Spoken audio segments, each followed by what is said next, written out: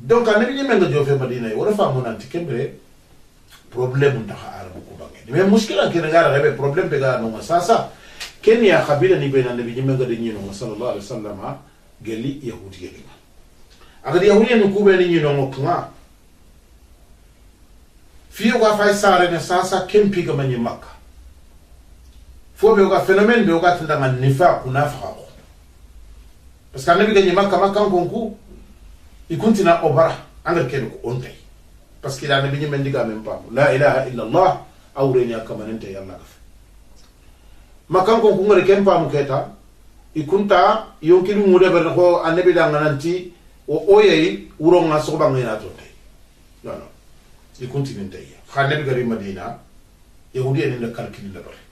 parce que calcul fu be ga de ber gar erreur fana be de bari ila famu nanti arabum di sama annabiya awsu di samay khazra di samay ikha integeme gelli dunasi ke gelli lan kafi wa tana yahudiyan do arabu gelli nabi la ibrahim nan gir kaldan ni nyanga na li misra nan kare na daga taaf kana an ni nyanga magarni makka na alkaban taganonga dingro be ni ga taabu do me bawo isufa bana fa bana yahudiyan do arabu ikhan nin chura sel na khambana al-lugha al-aramiyya خجلنا كفيلو ساسانا خا في بالي اليهودية نيجا عربون جانا تيجي دارو هرانا كلين كلين جانا تكنيه أيا غني نيبو بكا ما يبودو نكتبو مالونيا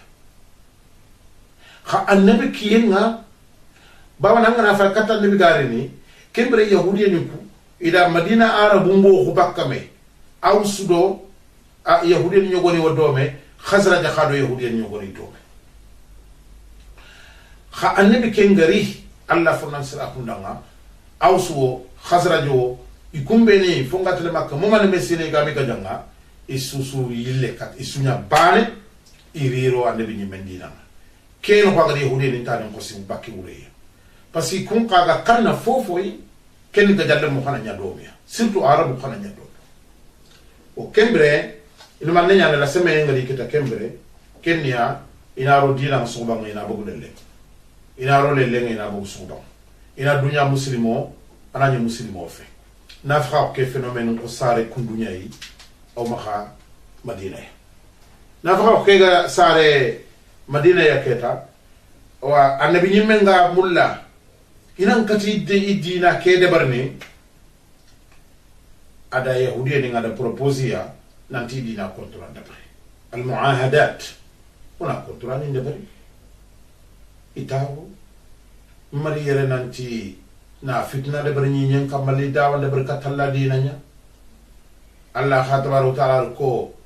Qur'an no gondi nanti la yanhaakumullahu 'anil ladina lam yuqatilukum fid din wa lam yukhrijukum min diyarikum sirbeni kama khagaja khadinanga inki Allah tatina khadim ma kafi sirbeni ma khataba khakaninga inki Allah tatina khadim ma kafi donc silama kum pati nanti ibe ka silama kum to wala nya khonne no oga serebe nyana khonne serebe gana salama kunya khonne suwana khanya na khonne yo ali gele sasa ko khona fali ona gam yo itahu masala wa farende sartini ko nanti sasa fofo gani awa haqqanyai ago kamma madina awa hakamma fofo gani wajibi nyai ago kamma madina awa hakamma fofo gani toranya aganari deben su toranya gani usuna tinga dome fo ganari agana wore hakamma fo be gan khawana khadema na khadema fo be gana woro kamma gan khaw khano dema annabi di do kun control bi etu khana khadi nan dabari wono di nan dabari na kha yahudiyani ida kun dabari do manne yahudiyani matongo tay abada nanti ido mamudu na jamu dabari wala nanti wana muslima ko ngara akhana nya dina e ko dina ni kutum mo ko ngana dabari debe ken honti ganta bana nguyno ko Abdullah ibn Salam ni Abdullah ibn Salam yahudi nya na kenga lakin gela gar qur'an nguta gela gar nabi jimba ngulta aken to ngon yaro dina no honti khay yahudi ni fumbe ni rondi golle ke kubi ga dume faare ke control ko sasa jambe ndu me nya ke ngure na manne parce que tani ko se madina no homa arabun ka fi me nya bane iro faren dina nga donc il faut daga arabu ku sakata ma faren dina ke no ko nya ndagi bonon dino nyai aga magani goro yahude ni la ni fere nya ni gisu bo ko no bakka me ga tambaka dina ke wure hakumi garo no yahude ni manya khala bawi daga ro dina nga ma makka sasa ke finga bonima in qawna man nya sasa ina espionnage nya rebe na lo dina no ko na dunya ko ro yano indaro keta ina to muslimo daga ni gi bonon dini awa do faran karo sallallahu alaihi wa alihi wasallam kembre annabi alayhi salatu wassalam alla da nyamari dingira gabe qur'ani ani haqqin toqiya ada taguman cin kine khamene aga tunu tay serebe gi sobe na dina kay ado serebe ganta isobe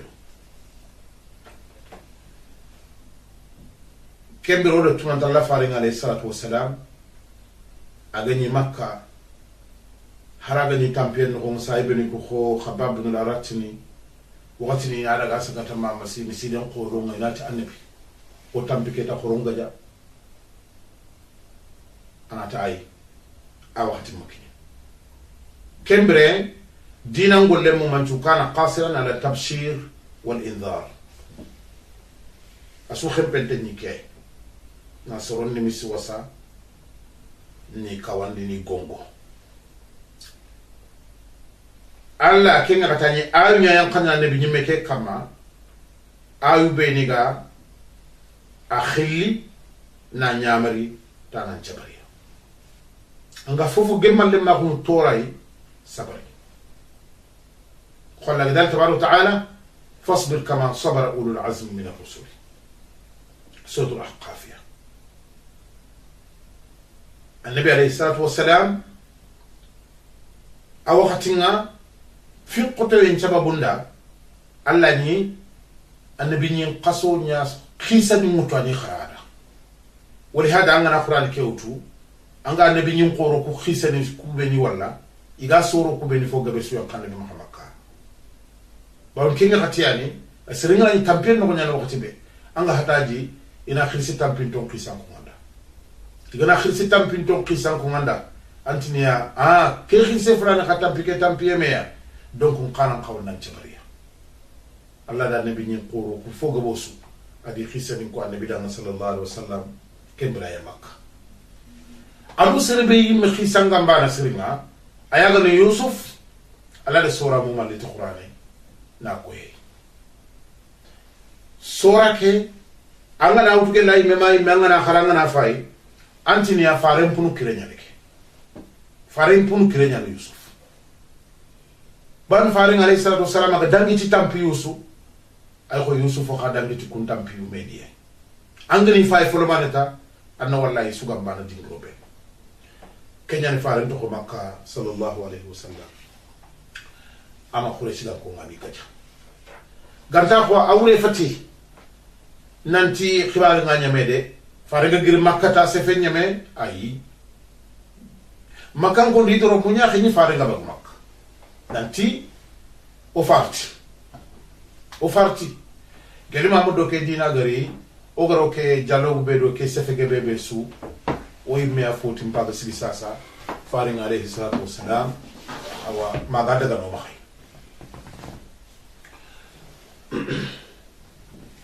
idan idin doro mon kini keta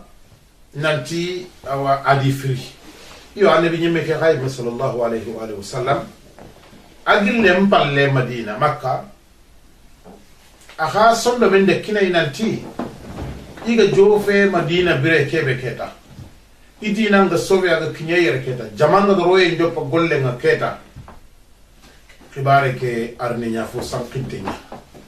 gajange nyallini nya da battinga donc jihad min chefenga afaga da po apra reposer Egypte a reposer Egypte kembre Muhammad sallallahu alaihi wasallam awa Madina Allah da al nyan kanda kamma nonga nanti وقاتلوا المشركين كافة كما يقاتلونكم كافة مدينة كنيا mushrikini isuga kafina khaga jamu ko be kha su kafi khani ga jakundu khat kengarini ay nyalli na dume kina nabi nyime ngifinanti udhina lil ladina yuqatalun bi annahum zulimu wa inna allaha ala nasrihim laqadir srebeni soronga bakka khayna khaga janki alla dume yo nanti ida khatoroya minki Allah khadar khadema suron beni gada khatabaki kaninga alladhina ukhriju min diyarihim ni khatabaka ikaninga bighayri haqqin ala intomusuf naka khatata parce que khaga dina kebe konta lingida fofu misi khayga di khata illa an yaqulu rabbuna Allah alladhina yuqatilunakum wa la ta'tadu yani الذين أخرجوا من ديارهم بغير حق إلا أن يقولوا ربنا الله سربني قتنا بكي كانينا ننتي فوف سوفيك فتفعل لإيقاتني ألا يانو كامنا يا أخي فيك الله عليه وآله وسلم باربي واتشا أغاتنغني كني ألو يهودي نكونا خنيا خبارينا walla gar muslimun jarabi mo be makka yatti mushrikininga ade jarabi madina ti yahudeni qay yahudeni ko koy gar kom ko be khabila khoro fil yani banu qaynuqa ado banu nadir ikunga imima ikhonna ko mo khonde annabi nyimenda khonna ko be do hasida ko be gi makata annabi nyimenga sallallahu alayhi wa alihi wasallam imamu khundi ikhani ya hakata annabi nyimmeke garni sallallahu alayhi wasallam ido arabu ngana gaja bani ga ko ngi dama nanti annabi nyin kurumbayre ni agana risu oda yan kafir o khadaja khana bi nyimme ke gari ko ska fira ko tay khada tuha nanti ga annabi nyimme ke be ko mo aya donc la annabi nyimma ko ke ida nakari awgel li fini be ni ga di nakar mamud sallallahu alaihi wasallam itibaaw ni tadina nga nasi kundo masu kunche fenge bimana dina nyani agari alla gana diga munyo goni ko uche gana dangi ana ile diga mutono ko ngana tiga diga pono ku ben ko idipo ikunya na diga muku ko mukundu bawo ni serenga konnenga nan diga men ko ana bono dina ikunya ni ngar nyongondi ni kundu kudo inaka to soro nyilandi ni awa baka alla farandina ke sallallahu alaihi wa alihi wasallam ke gata iganya kundunga yawde ne mawqif nganya kundunya ferantay munafiq ni ku mouvement chare bakka kenya iketa munafiq ni ku mouvement nga sare bakka kenga kenno khonga annabi nyimme ke sallallahu alaihi wasallam adi goto adi ne adi de jalogo de bari madi ga contrôle ni nyette khabbe suye tourati yawde to contrôle respecté ne faramre ganani contrôle ke gado muslime nyana xam yo kenya no musara ngenga daga mo ga jofene nanti kenga kati Allah subhanahu wa ta'ala ada ayu di Qur'ani kenci ni farana ko ngana ga jangende ni da nabi nyimme danga ga jangende ka nabi nyimme danga Allah dali udina lil ladina yuqataluna bi annahum zulimu wa inna Allah ala nasrihim laqadir yunan serembeni awa iga janga Allah dunge nanti ibakhiya ma iki Allah khadri dema yo كم بلادي نعمل أنت وقاتلوا في سبيل الله الذين يقاتلونكم ولا تعتدوا إن الله لا يحب المعتدين سلبني خا جانا دو الله خاني غدا كم بلا النبي محمد صلى الله عليه وسلم أسريانا غدانينا أنياخو أنيا أرينا كذا فودا كانت كل مسلمون لا دفاع عن أنفسهم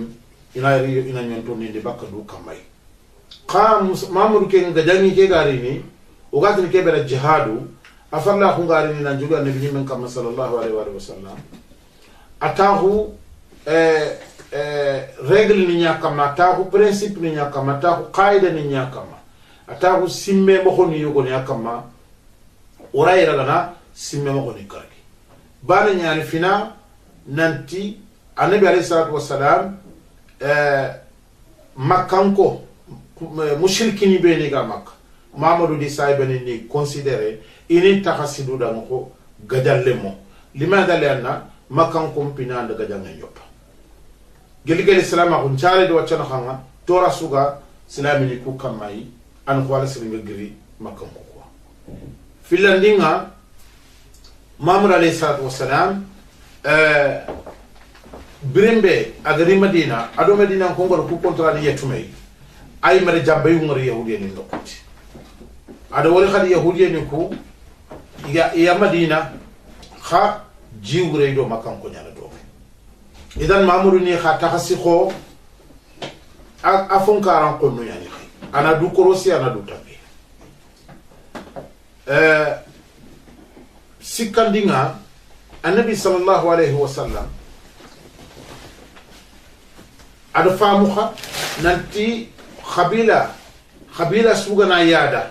arabu ku khabila ni nokonga muslime sumaha makam ko kafini ken khabila ina mamuru gajangi nyagara ni nyana su mamuru da famu nanti makam ko daiman kafini akonon kare kenyani agrafa muhadi nanti kenyan fi karagandinga nanti fi nakatandinga nanti wanasarani yahudiyeni mana kitab gamko katun kubeda ahlul kitab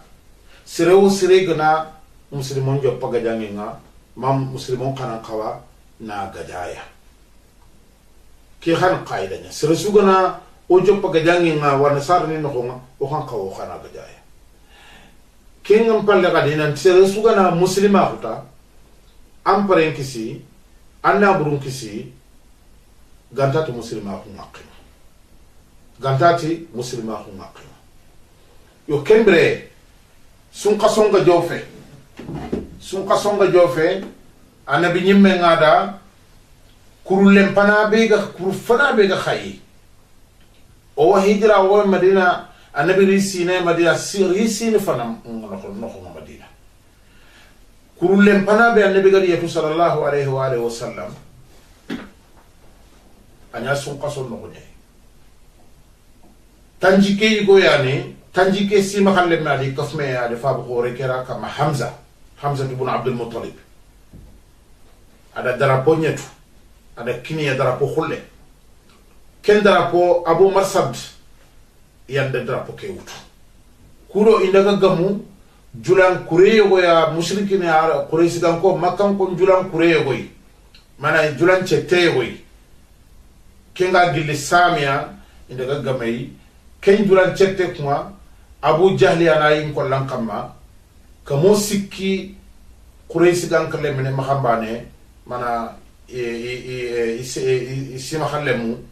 iyan julan kurege kama kudo na wutu julan cetege kamba kudo na wutu sami dana nyile kata makka hamza daga do kureyaro tanjike ke sima khalle may daga mi ga kinyene fan kanne ngano kube ga tandanga al-is a jofe no nga khagar ni kembre na famu iyo agriya da sud adani julan cetege a jofe yo digamu ngada gari sapani nga sigi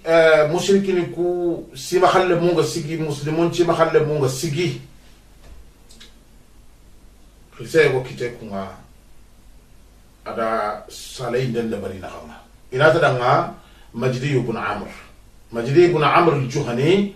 kenda khanjo den da bari ada salay den da bari tanti awa ina magaja ina gaja ni ke wala adi bogume yo akem golle kuma alina la farina sallallahu alaihi wasallam siri limada bawani to munya ne la farina hamza khayna tin daga gamu sette kiyai yo kha tanjike yigo sette ngari ni ida ka musik si ma khalle meñi sette ke gardiennage man mana tanga do ma gadangi ga ma khanya kellimu alla farina sallallahu alaihi wasallam min khasonga عبيدة بن الحارث كنا فاري بابا كي حمزة فام تقولنا اللي ميانا كنا على وتا دارو تنشجع سيما خلنا مكمّا فارندا كن قاوتو عبيدة بن الحارث ada wutu ada rotanchege si makalle mekamma gelli forogano ma kunci makalle mu isuna forogano nya haroga girkul lemme kebe hamza di tanjike kay ko mbega daga asuna forogano nya mana makkan ko kube ni gir makka ado serbe ni gir no kuntana ga forogona li faalen cagata sallallahu alaihi wasallam adame drapo kulle wutuna kinai mustahbun uthatha yande ken drapo wutu kudo i khanda ga gamu sette way ken cete kha kamo filisi mahalle me an ken qakam imana kunce tube no gi khibaru muku kunga ala fara ni saybe ni ngani tali parti kana sababu be kenya fare ngale salatu wassalam ado saybe ke be su gir makka fofo ga ni maka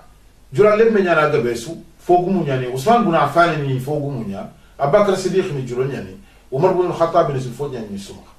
khiya girno nga makan ko ngay khota comme serenga na kare gam anna bun takandin mo be igara fofo to duda sere sugara fofo to du falle no nga abutiki wo awa amare fotana wo makan ko da suutu ina kunya wutu ina da gigaga samia idi ido ina yo kemutu iya dare ma ida na wo ile waqa madina saybe ni kamma madina kenya ni ganya ngana tini idan ta dangi no kamma on kalle nyani anda wutin maka anda na ile daga to daga na linin kamma ya wakati ni nyogoni saybe ni kuna giri nantinda de sakhi kane killenga inina buru lagiya yo min khasoge geta ke kurulem pillandi alla faare ngadi yetu sallallahu alaihi wasallam igatale de kamo fili sima halle menni mushrikininga kureke kam idaga gamu ido kureke daga mana jurancette ke daga gamu khare raqqinge gatan khare ke danga rabiga idaga idagi nyino nya yo nonka ida tammu sadi mai tammu sadi mai yabo idame khasuma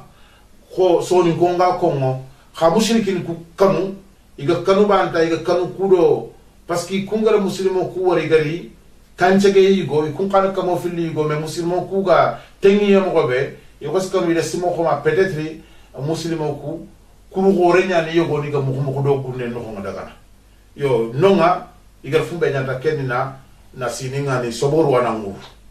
yo iga wuru ido ya kemuru saybe ni ko khaba khadir di batenga yo ida yo ken hati keta kuma ken muchula mare no honga mushrikini ku soronyo goni kitina honinga kungara silama huke alla agani soddo mun no honga farenga ni yogoni to makka iga marimo ko kita igari bo igari keta ido muslimo ku gar kemo hode ber mena honga iyo mena hanga iyo goni ko sawori nanti keno occasion ko re yaduwane na ko sumuru duban na daga do muslimo batte al-Miqdad ibn al-Aswad aken ko sumuru bakka mushrikin ku no Utba ibn Ghazwan ahagiri muslim ahagiri bakka mushrikin ku no a profiter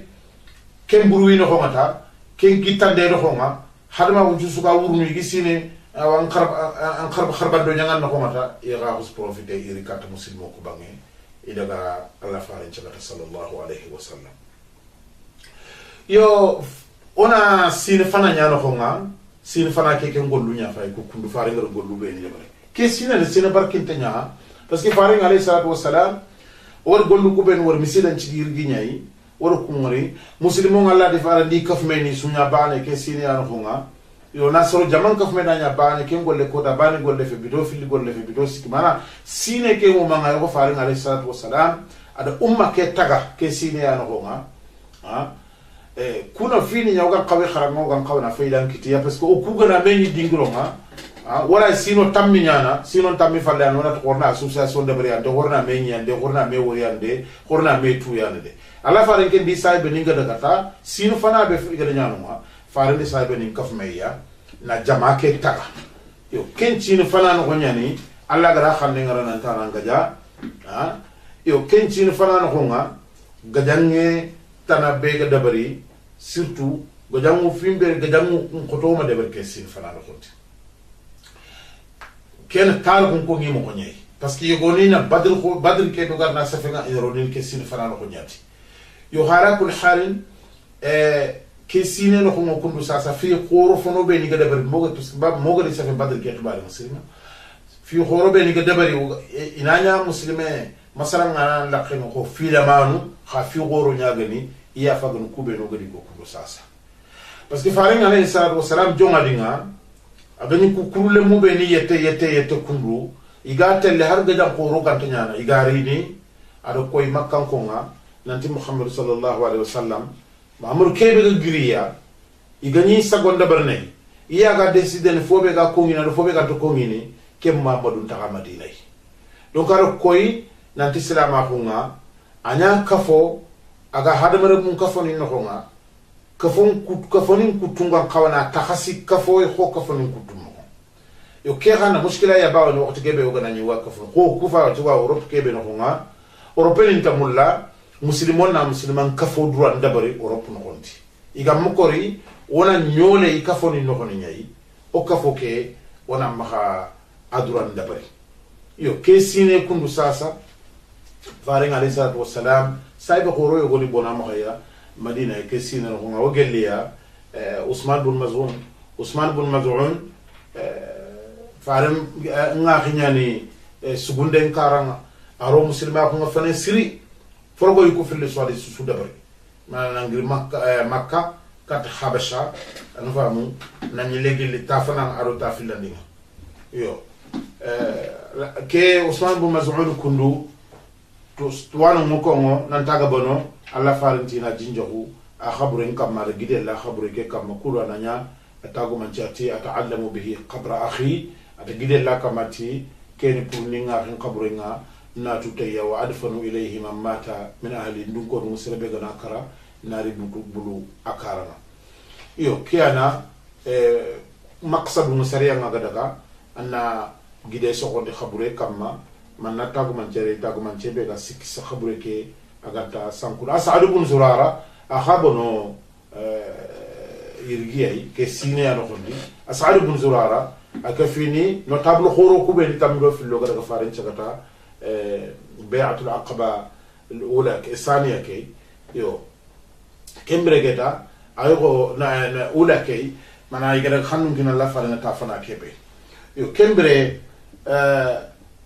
orono sine filandi nyano khonga diga mum posante ngan kebe ya sin filandi ke no nyani fi fana be gaja fana be ganya no nga ken diga tan gaja nge bedanga ghazwat waddan Allah faring alayhi salatu wassalam agir Madina ada Sa'd ibn Ubada ya wutu na toko Madina gollum kamay ado sayba ni nyogoni giri nan daga gamu makanko e julan chette goy yo a jofa trema ga jofa na dingra be gatndanga wadan dingra nyana ga makado Madina na khanga tay farelo sayba ni nyogoni tere madi ga jofa no kenya ni gatna gaswat wadan kembre jama sette kebe farengal kafme idra konna Hamza amah yo nonga faring alayhi salatu wassalam amagaja limada parce que garini brembe julan cente gel khaba katiki leke be faringa jo fina kam brembe kembreti sente ke ita dangi yo kempalle kencina bana no qad sallallahu alaihi wasallam al ghazwatu buwat khadabre ghazwa ngana mgubane awreni oto kutul kurenya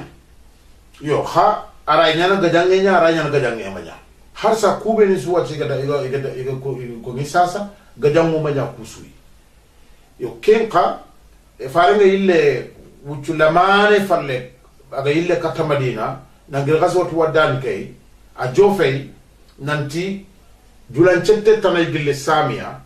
Umayyah ibn Khalf ga kamma Bilal ga ni kebe makaya ko ma ko Makka ado julan cette kay gille samia da irini ganta kunga kame si magalle me saqayo ke kama faring alayhi salatu wassalam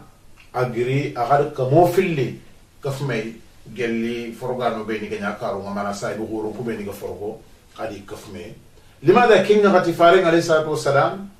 aganani kunku lemu de berni aga forgano ko kapamay anne kempa munu do maqsadu ke ya battenga